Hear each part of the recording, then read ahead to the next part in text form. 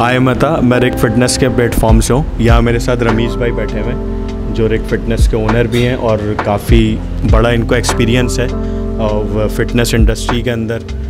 तो आज रमज़ान के हवाले से हम इनसे सवाल करेंगे कि रमीज़ भाई रमज़ान में क्या रूटीन होनी चाहिए एक्सरसाइज की और क्या टाइमिंग्स होनी चाहिए, क्योंकि आपको पता है रमज़ान में टाइमिंग शॉर्ट होती हैं। तो हम रमीज़ भाई से टाइमिंग के हवाले से सवाल करेंगे, रमज़ान में एक्सरसाइज की क्या टाइमिंग होनी चाहिए और फिर उसी हवाले से आगे बात करेंगे। तो रमीज़ भाई अस्सलाम वालेकुम।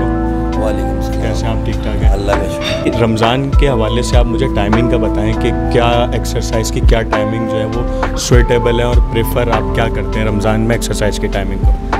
रमज़ान के अंदर देखें, रमज़ान में ये होता है कि मोस्टली हम फास्टिंग करते हैं, रोज़ा रखते हैं। तो हमारे लिए होता है कि हम कोशिश ये करें कि हम रोज़ा खोलें, उसके बाद 1 से 2 मील्स लें, उसके बाद जाके वर्कआउट करें तो वो बेस्ट टाइमिंग है। मतलब हम अपने आप को सही से हाइड्रेट करें, उसके बाद वर्कआउट करें तो ज़्यादा बेस्ट है। मतलब बेस्ट टाइम यही है कि आफ्टर तरावी हम जो है वर्कआउट करें तो वो सही है, या सहरी से पहले हम वर्कआउट करें। लेकिन इसमें टर्म्स एंड कंडीशंस होती हैं कि अब आया देखा जाए कि किस तरीके से कौन सा क्या केस क्या है, वो किस पर्पस के लिए वर्कआउट कर रहा है, तो फिर उसके लिए स्पेसिफिक टाइमिंग्स हम रमज़ान में भी निकाल सकते हैं। अच्छा रमीज़ भाई, रमज़ान में एक कॉन्सेप्ट है जैसे बल्किंग का मुश्किल होती है बल्किंग, लेकिन अगर रमज़ान में कोई बल्किंग कर रहा हो तो उसके लिए आपके पास क्या प्लान है, क्या शेड्यूल है कि रमज़ान में कोई बल्किंग पे आ रहा हो या किसी कंपटीशन की तैयारी कर रहा हो? तो देखें, रमज़ान में बल्किंग करना जो है वो कोई मुश्किल नहीं है। ये लोगों का कॉन्सेप्ट बन गया है कि हम रोज़ा रखेंगे तो शायद हम बल्किंग नहीं करेंगे। पहली बात तो ये कि मैं इसकी एक छोटी सी एग्जांपल आपको दूं कि रमज़ान के अंदर आपने देखा होगा मोस्टली लोगों का वेट बढ़ जाता है। रमज़ान के अंदर ज़्यादातर लोग जो हैं वो अपना वेट गेन कर लेते हैं। तो वो बात ये है कि जब हम पूरे दिन फास्टिंग करते हैं तो हमारा HGH लेवल बहुत हाई हुआ होता है बॉडी के अंदर। ठीक है, होता ये है कि अगर हम अगर अभी गेन पर हैं तो उसके लिए बहुत ज़बरदस्त चीज़ ये है कि हम रोज़ा अफ्तार जो है उसके अंदर हेल्दी मील लें। लाइक हम बीफ लें, बीफ का कीमा लें, बेक पोटैटोज़ लें, हम उसके साथ साथ जो है मिल्क शेक्स लें, प्रोटीन शेक्स लें, ठीक है, खजूर खाएं और योगर्ट का इस्तेमाल करें। ये सारी चीज़ें जब हम करेंगे अफ्तार के अंदर तो उसके 2 घंटे के बाद हम वर्कआउट करने से पहले जो है 2 घंटे के बाद हम एक हेल्दी मील ले सकते हैं जिसमें हमारे बेक पोटैटोज़ हों, बनाना हो, एग वाइट्स हों, ये हमने ले लिया। उसके बाद हम गए, थोड़ी देर बाद ट्रेनिंग की हमने। ट्रेनिंग करने के बाद जो है हम फ़ौरन प्री वर्कआउट हमने लिया हुआ है ट्रेनिंग से पहले, अब हम पोस्ट वर्कआउट की तरफ आ रहे हैं। तो हमने प्रोटीन शेक ले लिया फ़ौरन से और उसके साथ बीफ ले लिया थोड़ा सा, या चिकन ले ली 200 ग्राम या 100 ग्राम हमने चिकन ले ली। ठीक है, उसके बाद फिर हम 2 घंटे के बाद जब हम ज़ाहिर है वेट गेन पे होते हैं तो हमें 2 घंटे से मील लेनी होती है। जो बल्किंग कर रहा है वो इस तरह खा सकता है, उसको मसला नहीं होगा, उसको बिल्कुल भी मसला नहीं होगा। अब जैसे रात के टाइम उसने जो है राइस और जो है वो कीमा दोबारा से ले लिया, उसके बाद वो सहरी के टाइम आ गया उसका। सहरी के टाइम के अंदर उसने क्या किया, सहरी के टाइम के अंदर चीज़ ऑमलेट ले लिया, पीनट बटर ले लिया और जो है वो साथ साथ जो है वो क्या कहते हैं ओट मील ले लिया, ड्राई फ्रूट्स और दूध में बना के। उसके साथ साथ वो थोड़ा सा जो है मैश पोटैटो ले लिया सुबह में उसने, उसी के साथ जो है एक मिल्क शेक ले लिया या लस्सी वगैरह, नमकीन लस्सी ले ली। तो उससे क्या होगा उसका वेट गेन होना शुरू हो जाएगा। सही। अब आप देखें, जो मैंने मील का दौरानिया बताया कि अफ्तार से लेके सहरी तक उसने अफ्तार किया, एक प्री मील ली, एक पोस्ट मील ली, एक डिनर लिया और एक सहरी की, तो ऑटोमेटिकली उसकी जो है मेरे ख्याल में 5 मील पूरी हो गई। बिल्कुल। तो जब वो 5 मील पूरी कर रहा है तो वो गेन कर सकता है। और ये बात ढकी छुपी नहीं है, हमने तो देखा ही है कि रमज़ान में 90% लोगों का वेट गेन होता है। बहुत शुक्रिया रमीज़ भाई, आपने मतलब एक रिवायती सोच थी उसको डिफ़ाइन किया है कि बड़ी आसानी से हम बल्किंग के ऊपर आ सकते हैं, क्योंकि हमने ऐसे ही सुना है और रिवायत जो मार्केट में रूमर्स हैं वो भी ऐसे हैं कि बल्किंग मुश्किल है, लेकिन आपने जो प्लान दिया है मतलब उससे बहुत ईजीली हम बल्किंग जो है वो उस पर आ सकते हैं। अच्छा रमीज़ भाई, लीन का आप बताएं, जैसे कोई लीन उसके ऊपर आना चाहता है तो उसके लिए क्या प्लान होगा रमज़ानों के अंदर ही? अब देखें, लीन पे आने के लिए अगर आप डाइट पे जाते हैं, मैं डाइट के बारे में आपको बताता हूँ। लीन के लिए अगर हम डाइट प्लान पे जाते हैं तो लीन के लिए भी रमज़ान एक ऐसा महीना है, इसमें हम अपनी बॉडी को हर तरीके से ट्रांसफॉर्म कर सकते हैं। मगर लोग इस चीज़ को नहीं समझते। लोग ये समझते हैं कि शायद हम फास्टिंग करते हैं तो हम में कमज़ोरी हो जाती है, हालांकि ऐसा नहीं है। रमज़ान एक वो वाहिद महीना है, मैं कहता हूँ रमज़ान के महीने को जो फ़िटनेस के लिए अवेल नहीं करता वो बहुत बड़ी गलती करता है। उसकी वजह ये है कि रमज़ान में बहुत तेज़ी से हम वेट लॉस कर सकते हैं, रमज़ान में हम फ़िटनेस की ट्रांसफॉर्मेशन कर सकते हैं। रमज़ान में हम कैसे कर सकते हैं मैं आपको बताता हूँ। उसके लिए बहुत अच्छी डाइट होती है। अब जैसे अब रोज़ा खोलना है, रोज़ा खोलने के लिए भाई वो एक खजूर खा ले, जो रिवायत है वो पूरी करे, जो सुन्नत है वो पूरी करे, पानी पिए, ग्रेप फ्रूट का जूस पी ले, ठीक है। उसके साथ जो है ब्लैक वाले चने ले ले थोड़े से, ठीक है। थोड़ी सी बॉयल चिकन ले ले, साथ में 200 ग्राम चिकन ले ले।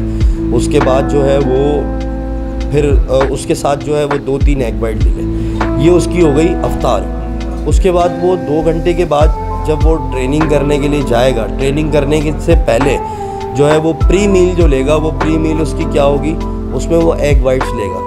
तकरीबन 6 एग वाइट्स ले लिए उसने, या 4 एग वाइट्स ले लिए। उन 4 से 6 एग वाइट्स लेने के बाद जो है उसने ट्रेनिंग की। ट्रेनिंग करने के बाद फ़ौरन बाद जो है उसने चिकन लेनी है, 200 ग्राम्स उसने चिकन ले ली।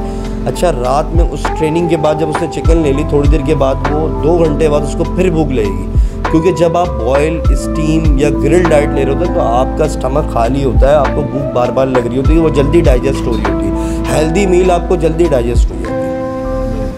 तो फिर उसको भूख लगेगी तो वो ग्रिल्ड फ़िश ले ले, स्टीम फ़िश ले ले, चिकन टिक्का ले ले, ग्रिल्ड चिकन ले ले, इस तरह से कोई बारबेक्यू चिकन ले ले, और फिर जो है वो सहरी करे। अब सहरी क्या करे, सहरी बड़ी इजी है उसके लिए। सहरी के अंदर जो है वो ज़्यादा से ज़्यादा वो एक चिकन ले सकता है, दलिए के अंदर चिकन मैश करके डाल रहे, पानी में दलिया बना लें, ओट मील ले लें, उसका जौ का दलिया जो होता है उसके अंदर वो पानी में बनाएं, उसको उसमें चिकन डालें और काली मिर्च नमक डाल के वो खा लें। और साथ में जो है वो आपका ग्रेप फ्रूट का जूस ले ले, ब्लैक कॉफ़ी ले ले, एग वाइट्स ले ले, ये उसकी सहरी। हाँ, ग्रीक योगर्ट भी वो ले सकता है, लो फैट योगर्ट। ज़ाहिर है उसको रोज़ा रखना है, अब पूरे दिन भूखा रहना है, प्यासा रहना है, और दिन में काम भी करना है, वर्क रूटीन है, वर्क लोड है, तो ज़ाहिर है बाहर भी निकलना है, धूप भी है, गर्मी भी है, तो उसके लिए वो ग्रीक योगर्ट भी ले सकता है। सही सही। अच्छा रमीज़ भाई, रमज़ान में क्योंकि आमतौर पे हमने ही देखा लोगों का शेड्यूल टफ़ होता है, टाइमिंग जो है उनके पास बड़ी शॉर्ट होती है, तो आप ये बताएं जैसे एक कोई है बंदा जिसकी बिज़ी रूटीन है और वो शाम में फ़ारिग होता है, तो आप उसको प्रेफर क्या करेंगे? एक्सरसाइज रोज़े से पहले ही करेंगे या रोज़े के बाद ही भी मैनेज उसको कर सकते हैं आप? देखें, ये इट डिपेंड्स ऑन कंडीशन। अब अगर हम वेट गेन कर रहे हैं तो वेट गेन के लिए मैं आपको बताता हूँ, जिन्होंने बल्किंग करनी है, वेट गेन करना है, उनके लिए मैंने डाइट तो आपको बता दी है। अब वो ट्रेनिंग का टाइम जो उनके लिए बेस्ट है ना, वो टाइम है कि जब वो हाइड्रेट हो गए, उन्होंने रोज़ा कर लिया, उसके बाद उन्होंने अफ्तार कर ली, अफ्तार के बाद तो एक मील और ले ली, तरावी करी, तरावी के बाद एक 3 मील ली, उसके बाद वो करें। इस दौरान उन्होंने पानी भी अच्छा खासा पी लिया है, हाइड्रेट भी हो गए हैं, स्टमक भी एम्प्टी नहीं है। अब वो जब ट्रेन करेंगे तो वो वेट भी लिफ्ट करेंगे अच्छा, और वेट लिफ्ट करेंगे तो उनका मसल गेन होगा, ठीक है। तो वेट गेन होने के लिए उनको ये टाइम सूटेबल है कि वो सहरी से पहले और तरावी के बाद का टाइम रखें, क्योंकि कितनी मसरूफियात हो, आपको कितनी ही थकान हो, कुछ भी हो, मैं ये कहता हूँ कि आप रमज़ान में मोस्टली ऑफिस 5 बजे क्लोज़ हो जाते हैं, ठीक है। ज़्यादा से ज़्यादा 2 बजे 3 बजे इनके ऑफिस होते हैं, या ज़्यादा से ज़्यादा अगर बिज़नेस रूटीन है, कुछ भी है, आप अफ्तार के लिए घर पे मौजूद होते हैं या बाहर भी होते हैं, तो फिर भी आप फ्री होते होते रात तक, तरावी तक आप फ्री हो जाते हैं। तरावी के बाद आपको बूस्ट लेना है तो आप 4 से 6 केले, अगर वेट गेन करें तो 4 से 6 केले खाएँ प्री मील में, और आधे घंटे बाद आप ट्रेनिंग करें, आपको बूस्ट मिलेगा बनाना चाहिए। सही है, आपकी एनर्जी लेवल हाई होगा, और आप कॉफ़ी का शॉट भी ले सकते हैं अगर आप वेट लॉस में हैं, तो कॉफ़ी का शॉट हेल्दी फील करेंगे और आप ट्रेनिंग करें। इसी तरह अगर आप वेट लॉस कर रहे हैं, उनके लिए कंपलसरी है। अच्छा, वेट गेन वाले जो है ना, रमज़ानों के अंदर अगर वो रोज़े पूरे रखते हैं तो वो ट्रेनिंग जो है वीक में 6 डेज़ नहीं करेंगे। सही, उनको ट्रेनिंग करनी चाहिए वीक में एटलीस्ट 4 डेज़।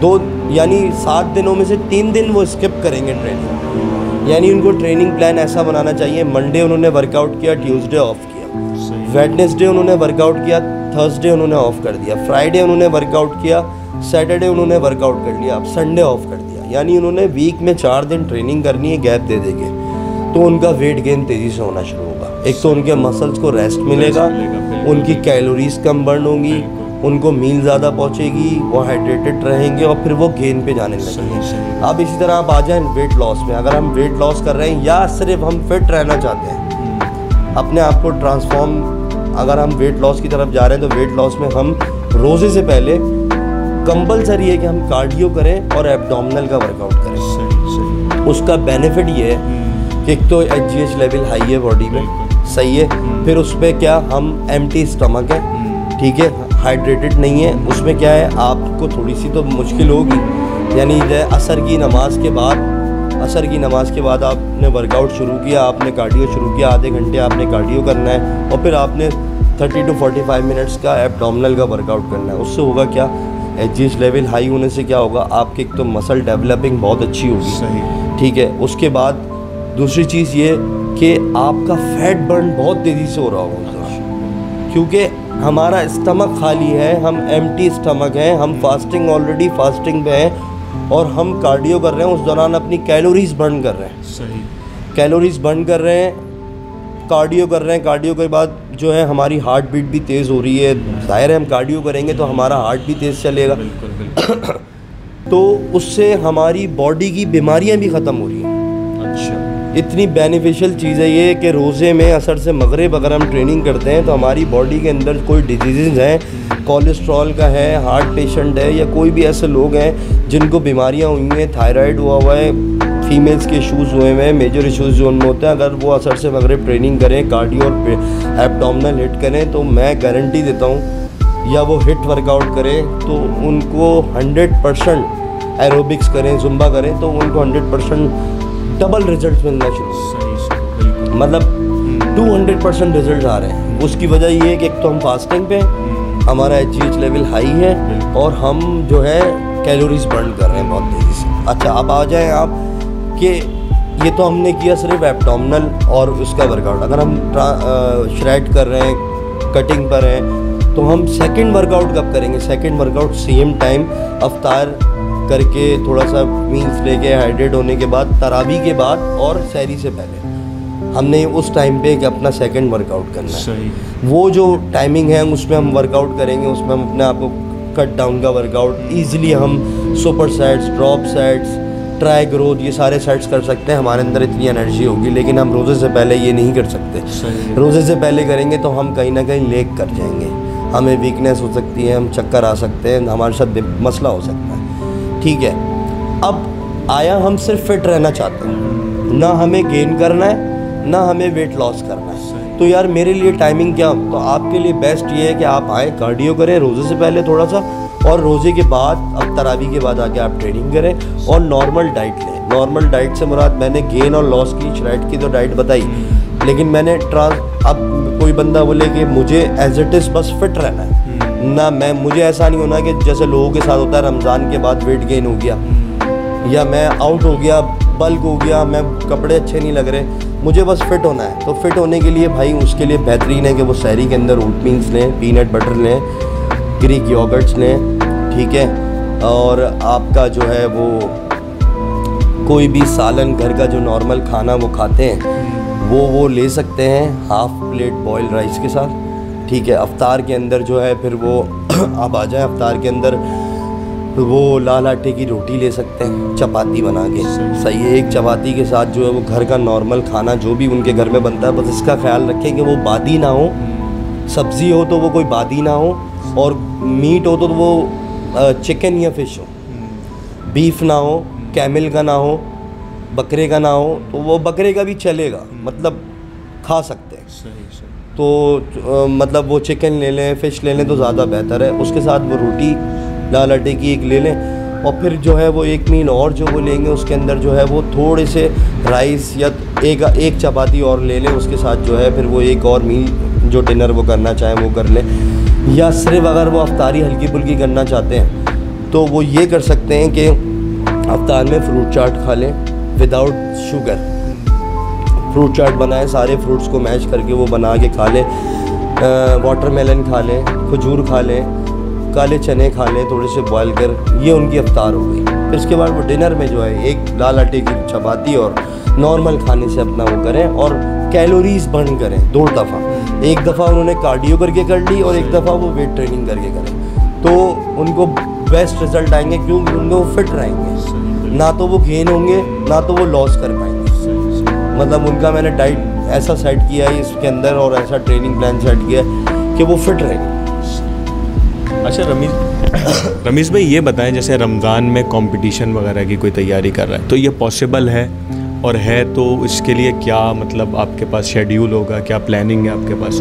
वैसे क्योंकि हमने देखा नहीं है रमज़ान में कंपटीशन की तैयारी, लोग घबराते हैं, तो इसको आप कैसे मैनेज करेंगे कि रमज़ान में एक कंपटीशन की तैयारी करवा रहे हैं आप? देखिए एज ए एथलीट मैंने अपनी लाइफ के 2008 से मैंने 7 से मैंने कंपटीशन खेले हैं, तो 2007 से लेके आज 2022 है, इंशाल्लाह मैं भी अभी दोबारा प्रेप शुरू करूँगा। तो ये बात गलत है, बिल्कुल मैं इस बात को गलत कहूँगा कि रमज़ान में कंपटीशन की तैयारी नहीं हो सकती। मैंने कई साल पूरे रमज़ान डाइट पे गुजारे, रमज़ान में मैंने पूरी तैयारियां करी हैं, रमज़ान के अंदर मैंने हर चीज़ करी है, और मेरी तैयारी रमज़ान में आप यकीन करें जब मैंने रमज़ान में तैयारी करी है मुझे रिज़ल्ट्स 10 गुना अच्छे मिले बनिस्बत आम दिन के। उसकी वजह क्या थी, उसकी वजह मुझे बाद में समझ आई जब हम एजुकेट हुए, फिर हमें समझ आया कि भाई एक तो पूरे दिन हमने फास्टिंग की, ठीक है, हमारे स्टमक खाली था, सब खाली था, उस दौरान हमने थोड़ा सा कार्डियो किया, एब्डोमिनल की ट्रेनिंग की, उसके बाद हम गए जिम में एक मसल ट्रेन करने के लिए। इस दौरान हमने अपनी डाइट भी हेल्दी रखी हुई थी, ठीक है, हम सप्लीमेंट्स भी ले रहे थे, सारी चीज़ें कर रहे थे। हाँ, पानी का इंटेक हमारा कम हो जाता है रोज़ों में, तो फिर मैंने पानी का इंटेक बढ़ाया, ड्यूरिंग वर्कआउट बढ़ाया, इस तरह मैंने करना शुरू किया, रोज़े भी रखे। आप यकीन करें इतना अच्छा रिज़ल्ट आएगा आपको, इतना अच्छा रिज़ल्ट आएगा, 100% हो सकती है रमज़ान में कंपटीशन की तैयारी हो सकती है। और मैं गारंटी देता हूँ कि आप लीन अपनी बॉडी को कट इतना अच्छा कर सकते हैं रमज़ान के अंदर जिसकी कोई सोच नहीं है। इतनी ज़बरदस्त शार्पनेस आती है बॉडी के अंदर, जो काम मेरा 2 महीने में होना था ना वो उस रमज़ान के महीने में 1 महीने में हो गया। बहुत तेज़ी से मसल्स में से फैट निकला, वाटर परसेंटेज निकली, बॉडी बहुत ज़्यादा रिप्ड और बहुत ज़्यादा अच्छी नज़र आने लगी। ये मुझे बेनिफिट्स मिले। अच्छा, एक और बेनिफिट्स मिला कि नेचुरल ह्यूमन ग्रोथ हार्मोन्स मेरे बढ़ रहे थे, तो मुझे जो है वो आर्टिफिशियल ग्रोथ हार्मोन्स लेने नहीं पड़े रमज़ान में। तो ये ज़बरदस्त चीज़ है इसके अंदर कि आप जो है कंपटीशन की प्रेप को कंटिन्यू रखें। ऑब्वियसली रमज़ान में मुकाबले होते नहीं हैं, हम रखते नहीं हैं, होते नहीं हैं, हमने कभी खेले नहीं, लेकिन आफ्टर रमज़ान ईद के बाद फ़ौरन कंपटीशन होते हैं। तो उसमें मैंने देखा है कि 90% मैंने देखा स्टेज पे लड़का इतना अच्छा फिट नहीं आता, लेकिन मेरे लिहाज से फ़िट होना चाहिए क्योंकि रमज़ान को वो अवेल करें। तो अच्छा रमीज़ भाई, जैसे आपने बोला कि रमज़ान में आपने कंपटीशन में लड़के देखे तो आपके लिहाज से वो फ़िट नहीं थे, तो क्या वजह है? मतलब उनकी मैनेजमेंट में कोई कमी रह गई थी या कोई गलती हुई थी?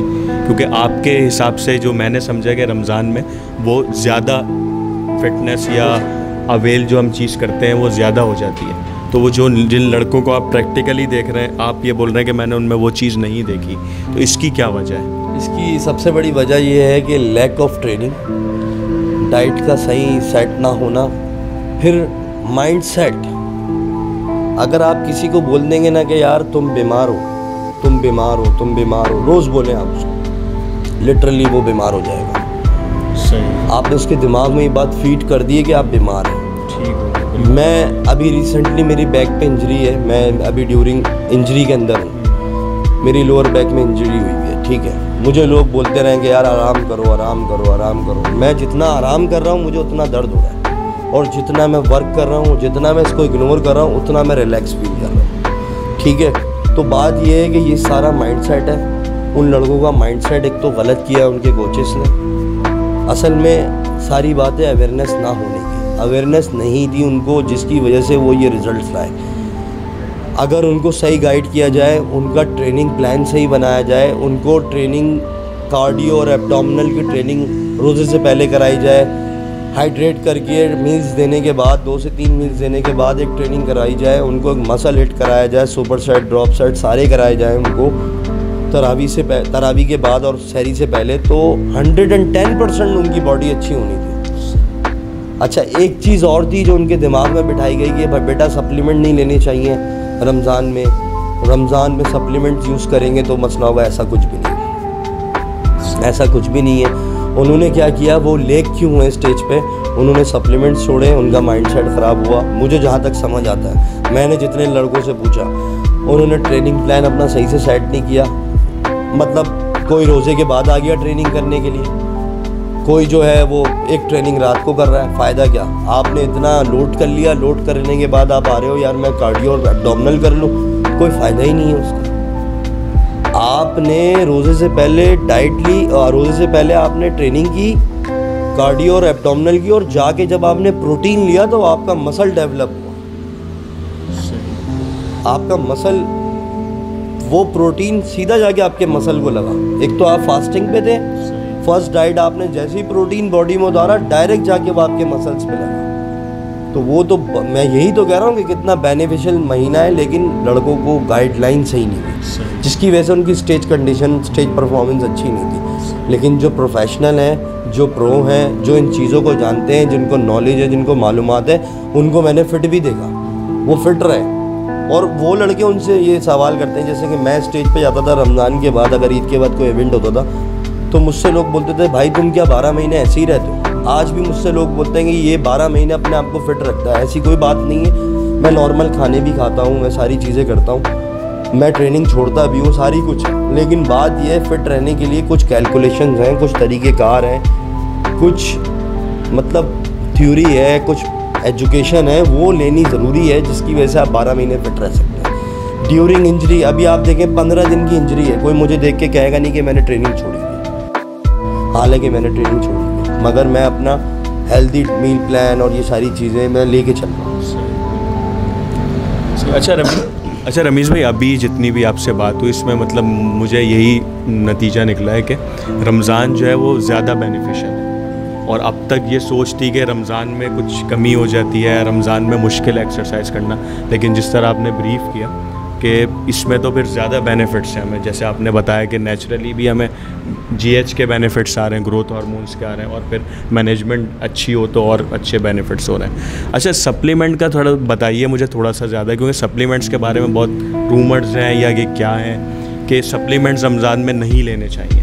तो एक तो आप ये बताएं कि सप्लीमेंट्स अगर लें तो कैसे लें और उसको मैनेजमेंट उसकी कैसे की जाए सप्लीमेंट की। देखिए, सप्लीमेंट्स लेने से कोई मसला नहीं है, लेकिन जो हजरात स्टेरॉइड्स लेते हैं, मेरी ये गुजारिश है कि वो रमज़ान में स्टेरॉइड्स ना लें, प्योर सप्लीमेंट्स लें, प्री वर्कआउट लें, पोस्ट वर्कआउट लें, एनर्जी के लिए मल्टीविटामिन्स लें, फिश ऑयल्स लें, आप मतलब कैल्शियम की दवा लें, D3 लें, सारी चीज़ें लें, एक कंपोजिशन बनाएं, प्रोटीन शेक्स लें, कोई नुकसान नहीं होना है। बस आपने हाइड्रेट करना है, पानी का इंटेक ज़्यादा से ज़्यादा करना है। अब वो बोलते हैं कि यार पूरा तो दिन रोज़े में गुजर गया।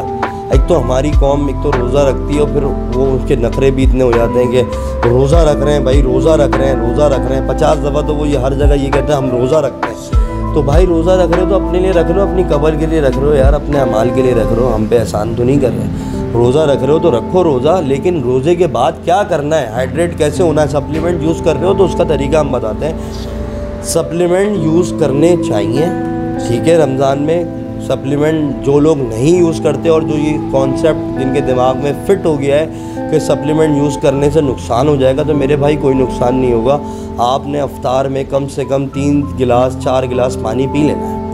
1 लीटर पानी आपको चला गया, फिर आप थोड़ी देर के बाद आप 2-2 घूंट 1-1 घूंट अपने आप को हाइड्रेट करते रहें। मैं अफ्तार से लेके सहरी तक 5 लीटर पानी पी लेता हूँ, और जो शख्स 5 से 6 लीटर पानी पी रहा है ना इस दौरान, उसको कभी भी सप्लीमेंट नुकसान नहीं देंगे, ठीक है। हाँ, अगर वो क्रेटीन ले रहे हैं तो वो क्रेटीन की मिकदार ज़्यादा ना हो।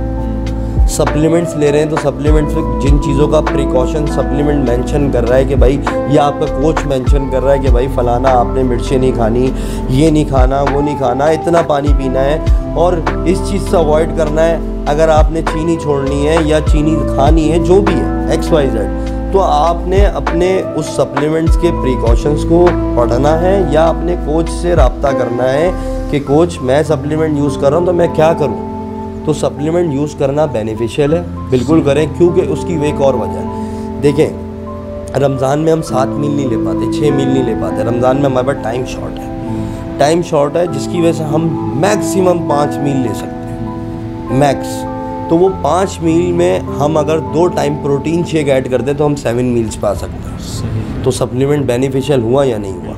आपने 2 मील की जगह अगर एक स्कूप 2 दफ़ा आपने प्रोटीन शेक पी लिया तो कितने ग्राम, 30 ग्राम प्रोटीन है अगर एक स्कूप में, तो आपको 30 ग्राम प्रोटीन मिल गया, 20 ग्राम कार्ब मिल गया, 3 से 4 ग्राम उसमें फैट्स है, तो वो फैट्स भी पहुंच गया आपकी बॉडी के अंदर। तो एक हेल्दी मील पहुंच गई ना आपके पास, और आपको पता भी नहीं चला क्योंकि वो डाइजेस्ट हो जाता है। तो सप्लीमेंट यूज़ करें, मगर अपने ट्रेनर से उसके बारे में सारी मालूमात लें, सारी नॉलेज लें, सारी चीज़ों का मतलब क्लियर होना चाहिए, कॉन्सेप्ट क्लियर होना चाहिए कि इस पे प्रिकॉशंस क्या हैं, क्या चीज़ों को हमने फॉलो करना है, पानी का इंटेक कितना करना है, मील्स कितनी लेनी है, क्या चीज़ें अवॉइड करनी है, ये पूछ के एक पढ़े लिखे बंदे के पास जाएं, उससे आप सप्लीमेंट्स लें और बिल्कुल लें। क्योंकि आपकी मील और आपके जिस्म में जो कमियां हो रही हैं रमज़ान के अंदर, रोज़े के अंदर, जो आपकी खुराक पूरी नहीं हो रही, डाइट पूरी नहीं हो रही, जिसकी वजह से आपका वाइटामिन्स कम हो रहे हैं, मिनरल्स कम हो रहे हैं बॉडी में से, अगर आपके बॉडी में से कैल्शियम कम हो रहा है, D3 कम हो रहा है, या आपकी बॉडी में से XYZ किसी भी चीज़ की कमी हो रही है, पोटेशियम कम है, मैग्नीशियम कम है, तो मेरे भाई ना आप मील ज़्यादा ले पा रहे हैं रोज़े से सहरी तक, तो वो कौन पूरा करेगा? वो सप्लीमेंट्स पूरे करेंगे। तो वो सप्लीमेंट्स ही पूरे कर रहे होते हैं। तो supplements is a very beneficial thing for Ramzan. अगर आप वर्कआउट कर रहे हैं तो सप्लीमेंट्स प्रॉपर लें, अपनी वाइटामिन्स पूरे लें, मिनरल्स पूरे लें, कैल्शियम पूरा लें, D3 पूरा लें। ये जहन से निकाल दें कि मैं दूध पी रहा हूँ, लस्सी पी रहा हूँ, अंडे खा रहा हूँ तो मेरा सब पूरा हो रहा है, ऐसा कुछ भी नहीं है। आप सिर्फ पोल्ट्री ग़िज़ा खा रहे हैं, सही है। आप जो ग़िज़ा खा रहे हैं वो 3rd क्लास है, C क्लास आप ग़िज़ा खाते हैं, आपकी कोई नीड पूरी नहीं होती उससे, लेकिन जो मील्स लेते हैं उनकी कई हद तक ग़िज़ा पूरी हो जाती है। लेकिन उनको पूरा करने के लिए आपकी बॉडी को अगर जितने भी कार्बोहाइड्रेट, प्रोटीन्स और फैट्स की ज़रूरत है, मल्टी वाइटामिन्स की ज़रूरत है, मिनरल्स की ज़रूरत है, कैल्शियम की ज़रूरत है, वो डाइट से पूरा नहीं होता। उसको पूरा करने के लिए सप्लीमेंट ज़रूरी है, और रमज़ान में तो बहुत ही ज़रूरी है। तो ये कॉन्सेप्ट लोगों को क्लियर नहीं है।